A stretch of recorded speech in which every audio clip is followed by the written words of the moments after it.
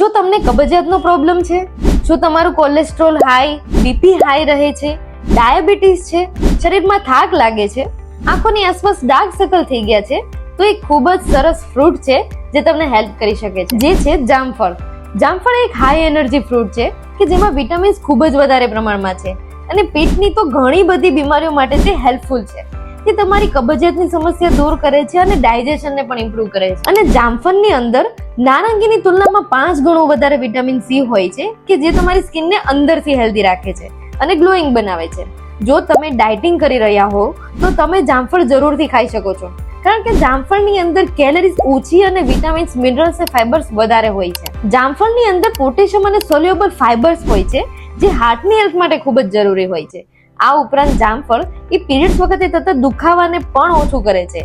આટલા બધા જામફળના બેનિફિટ્સ હોય તો આ સિઝનમાં જામફળ જરૂરથી ખાજો.